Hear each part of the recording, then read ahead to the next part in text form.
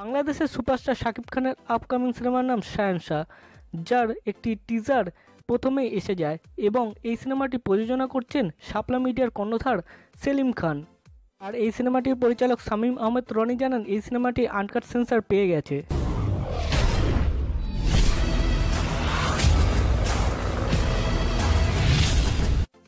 তার পাশাপাশি শাকিব খানের শাহেনশা সিনেমা থেকে রিলিজ পাওয়া প্রথম সং রসিক আমার, যেখানে ধামাকাদার ডান্স করতে দেখতে পাওয়া যায় নুসরাত ফারিয়া ও শাকিব খানকে। এই গানটি শাকিব ভক্তদের কাছে একটি গুরুত্বপূর্ণ স্থান লাভ করে।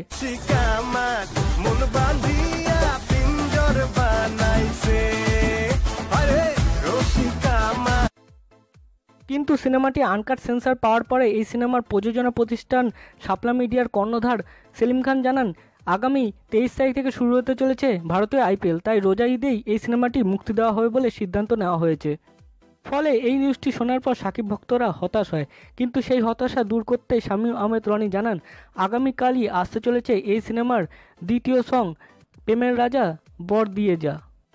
আগামীকাল 71 টিভির আনন্দযোগ অনুষ্ঠানে এই গানটির টিজারটি দেখানো হবে এবং পরবর্তীকালে সন্ধ্যে 7টার সময় মুক্তি দেওয়া হবে আনলিমিটেড অডিও ভিডিওর ইউটিউব চ্যানেল থেকে এই গানটি। এই প্রেমের রাজা গানটি গেয়েছেন জনপ্রিয় সিঙ্গার ইমরান মাহমুদুল ও কোন। Welcome to Death World of Shahenshah. এছাড়া এই ধামাকাদার ডান্সিং ট্র্যাকটিতে শাকিব খান ও রোদেলা জান্নাতকে পাশাপাশি ডান্স করতে দেখতে পাওয়া যাবে। তো দর্শক বন্ধুরা এবং শাকিব খানের ভক্তরা, তোমরা কতটা এক্সাইটেড হয়েছো শাকিব খানের শাহেনশা সিনেমার দ্বিতীয় সংটি আসছে এই নিউজটি জানতে পেরে, তা আমাদেরকে নানা রকম কমেন্ট করে জানিয়ে দাও।